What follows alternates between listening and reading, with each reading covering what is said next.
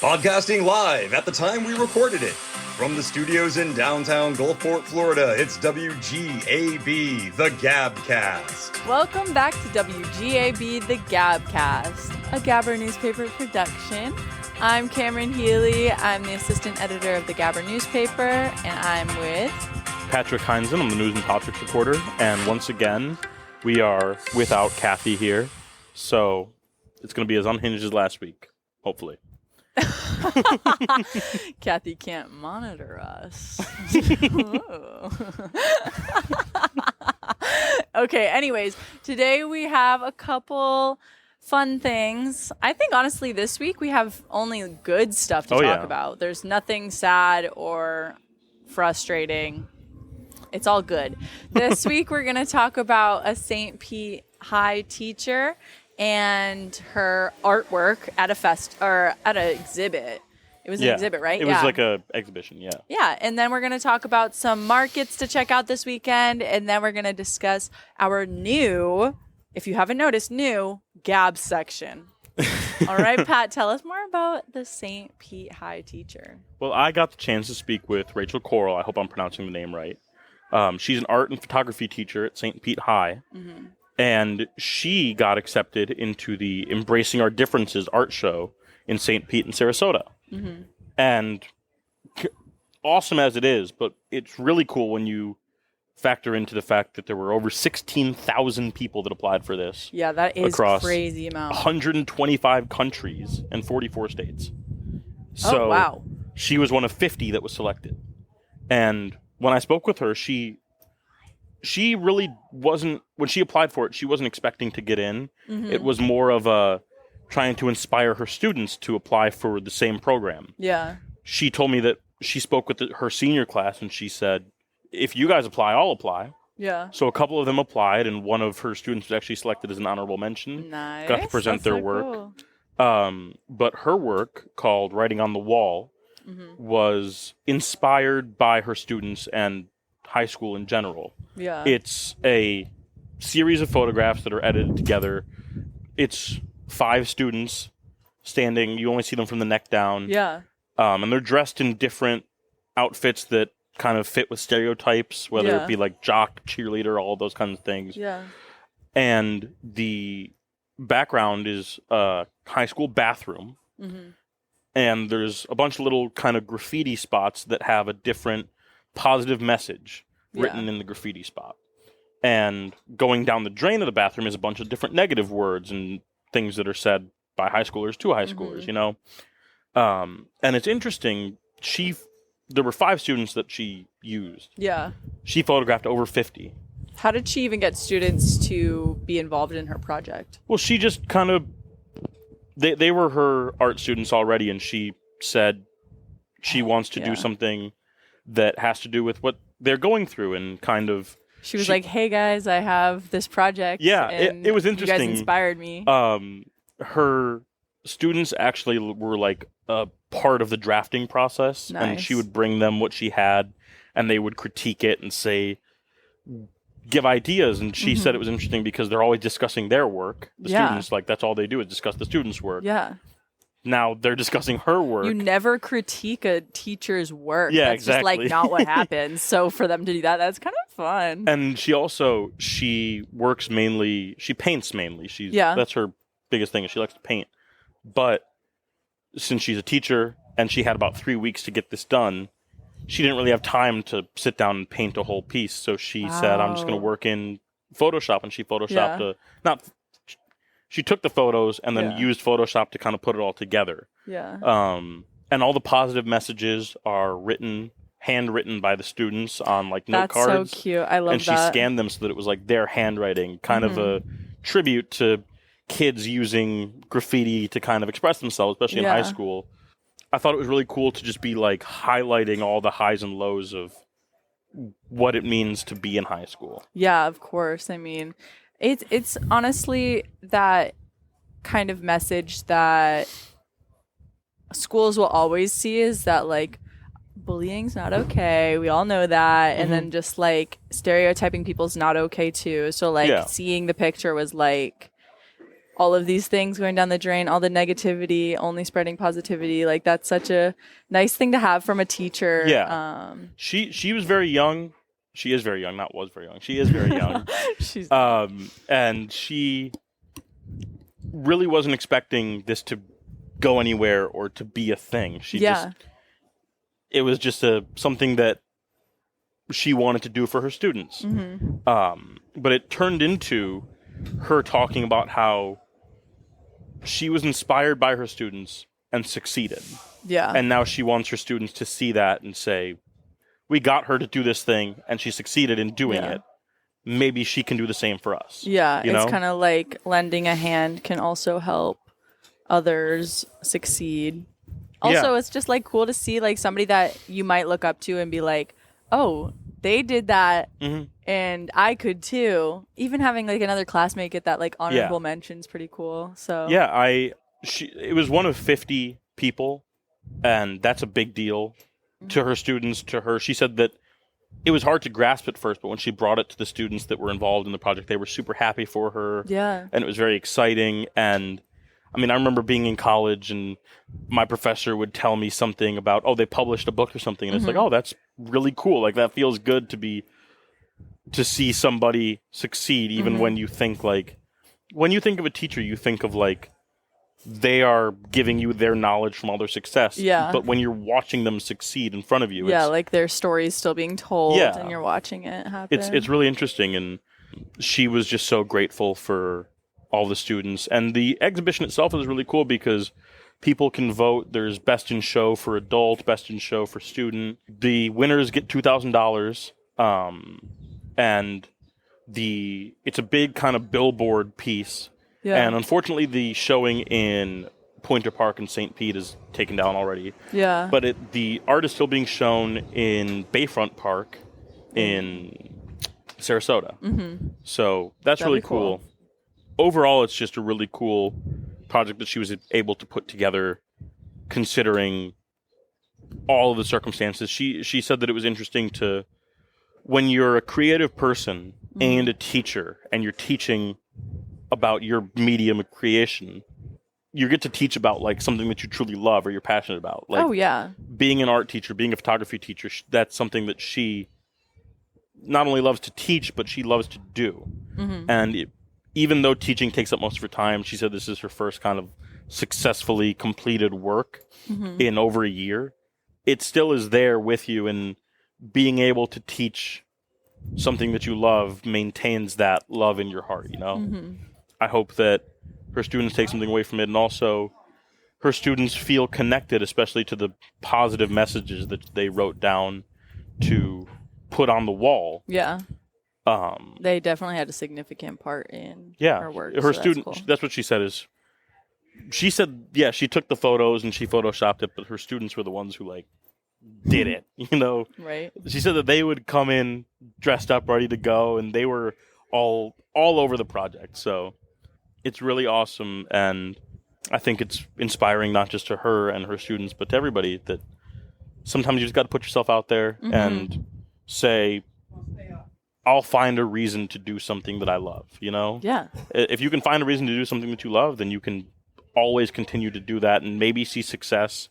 And if you don't, you can still enjoy what you're doing, Oh, yeah, absolutely. You can do whatever your little heart desires, guys, just so you know. Yeah, and my little heart desires to shop this weekend. Mine too. I'm always wanting to shop. So if you could tell me a little bit about some cool shopping opportunities in the near future in the area, I would really appreciate that. Yeah, so our things to do events list usually has anything for everybody, but I want to, talk more about the markets that are happening. But we also discussed this week for business that the St. Pete Pier Marketplace changed their hours for the spring and summer market. If you have been, it's literally like these like vendor booths just like while you're walking. So it's just they changed the hours for that. So now from now until May 31st, Thursday through Sunday, The marketplace will be open from 10 a.m. to 6 p.m., but for the summer, it'll be June 1st to August 31st, Friday through Sunday, noon to 8 p.m. So there's a lot of I want to say St. Pete or Florida based vendors there. Every time I've been there, it's been closed, but I only go. Right? I only go down the pier at night on weekdays. Yeah, I wish they had a little night market going on for that because that'd be so fun to just look at everything. But there's a lot of cute stuff, just like art, plants, food, and just little home decor things. Have you heard of golf planks? I don't think so. It's the cutest little they make these planks that you'd put on your wall, and they'll be Florida inspired things. They make stuff. I think they sell maybe at the Gulfport Bazaar. Don't know exactly, but you can also find them on Etsy. That's how I found them. And then I was like, oh, every time I've seen them in person, I'm like, oh yeah, I know who they are. But they're really cute. So they sell at the marketplace. Cool. But next thing I want to talk about is Vintage Marché. I love this place. It's so cutie. They're only open the first weekend of every month. And what it is the largest vintage market, I want to say in Tampa Bay. But it's a bunch of vendors. They have their own little sections, and they spend the whole month. All of these people that work there spend the whole month curating, collecting a bunch of art, furniture, decor. Can I get my shoes there? Get your shoes there? You know how we were shopping for shoes? No. This is more of a, if you want actual retro vintage things that are a little bit, we should talk. before 2000s. No, Kathy actually I saw Kathy at Vintage Marché, guys. She was there, and but yeah, me and my boyfriend go every month, so I suggest going there. They have first dibs Fridays, which you do have to pay to go in. But you just pay $5 online, or you can pay $10 at the door. Yeah, and it's huge. You're in there for a minute, and I just love looking at there's so many trinkets. You have to actually stand and look around because they have little things on shelves. Everything is I want to say everything in there you can buy. So definitely where is it? It's on 34th Street. Oh, okay. It's cool. right next to Aldi. So definitely check that out. It's really cool. And I suggest going on Sundays because on Saturday, they're open Friday, Saturday, Sunday. Saturdays and Sundays are, free to go in. So Saturday go 9 to 6 and then Sundays are 9 to 5. But I went on a Saturday and the line was so long. Holy crap. I am not waiting in line.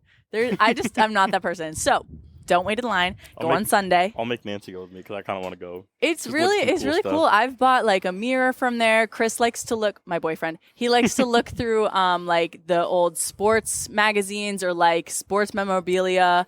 And then they have a bunch of clothes. So I've definitely looked through those racks and stuff. And then I like looking at the mugs and all the child collector's items. I guess I bought a vase with Garfield on it, which Kathy will love, and it was so cute. And he's holding flowers. Oh, it's adorable. But yeah, so definitely Vintage Marché is a go-to. And then I also have Creative Clay has their first art or their Friday art market every first Friday of the month, which is April 5th. So they have a little thing where all of their students and member artists display all of their paintings, greeting cards, and then they have handmade ceramics, which is really cool that they sell, and everything is benefiting the organization, which is a nonprofit. So that is really cool to check out. And then they also have they have karaoke, which is so fun. And then they always have live music from somebody around the area. So this month they have Deb Ruby, and then they always have a local food truck there. So this month they have CJ Traveling Pizzeria. My last one that I really want you guys to go to, which I always suggest everybody to go to, is Indie Flea. They've changed locations within the past 2 years. But so that used to be under this bridge downtown off of Central. Now they're at the Fairgrounds, St. Pete. So Indie Flea is on Sundays, every first Sunday of the month. So this month is April 7th. Have you been to Indie Flea? I have not. No. It's huge, dude. It's so big. It's like so hard to be a vendor there. You have to get on a wait list. Like, it's so crazy. Everybody wants to be there.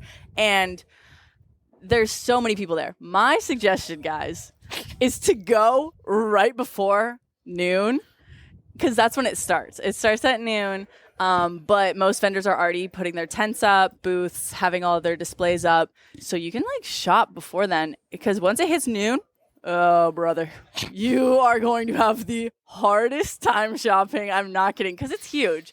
There's vendors outside, inside, and then they also have an art gallery inside, and then that's where they have Daddy Cool Records in there. Oh, nice, yeah. And what's that art gallery in there that's like all like trippy? Whatever. They have an art gallery in there that's super trippy and cool. I have no clue. Yeah, I Sunday, can't remember what it's called. But yeah, it's on Sunday. And that's why I don't go. I would. Nancy works on Sunday, and I can't go anywhere without Nancy. Oh, well, me and my boyfriend go. So it's super fun. And I really like vintage shopping, just like clothing wise, and then also trinkets and decor and stuff. So anything in that realm of just like streetwear, and then just anything that's Y2K vibe, I guess, if you know what that means. 2000 become vintage. Because it is, dude. What? I don't know. They have a bunch of vendors there that I really like. I just really suggest going, because it's all people that are Florida-based or Tampa Bay or just St. Pete vendors. And then they have a bunch of food trucks, and they have there was this like RV, I think, with like adoptable cats, and you could just like go in there and play with cats. And it was like, I wish I did it, but there was a long line. I'm impatient. I can't go. I can't wait in line. That is crazy. Yeah, I definitely suggest going to Indie Flea. It's one of my favorite markets. Really wish you could go. I like markets. I never buy anything other than food. Yeah, I'm like the opposite. I don't really buy food at markets. I like to shop for clothes. Food trucks. I'm addicted. If I could get shoes. I got this at a market.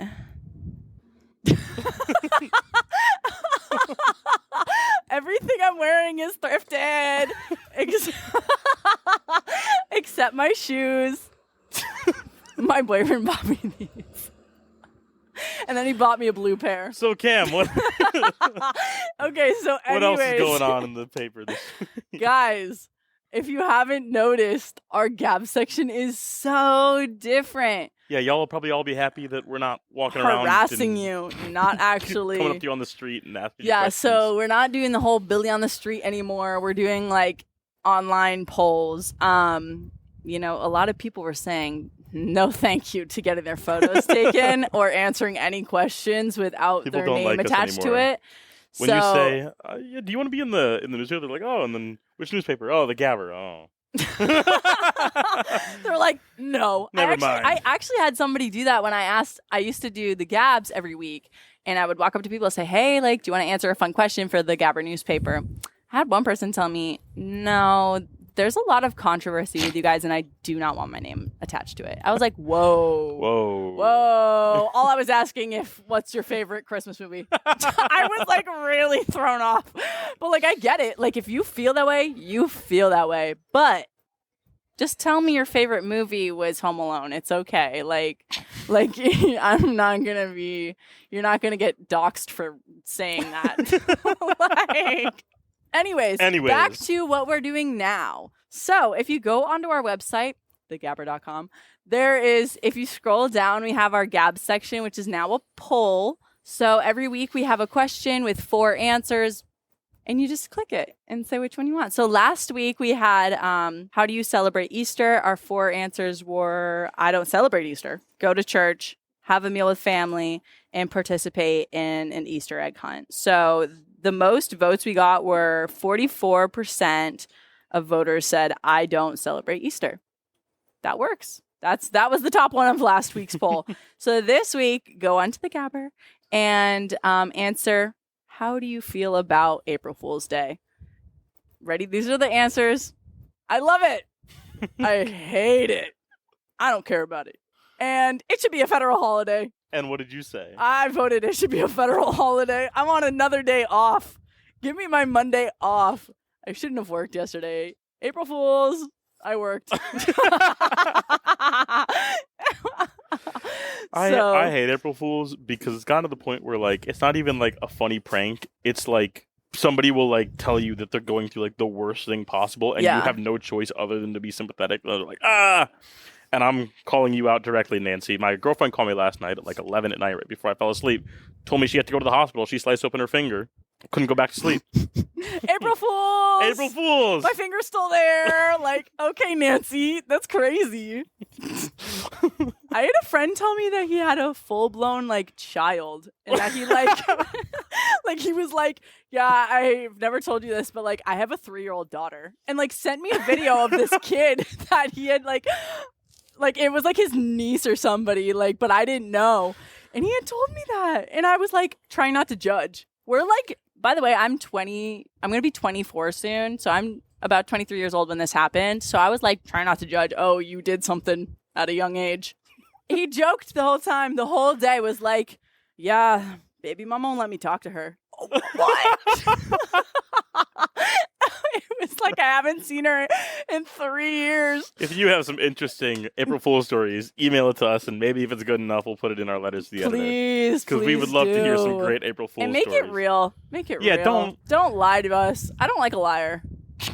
Your pants will be on fire. Do you not want to have pants anymore? No, you want pants.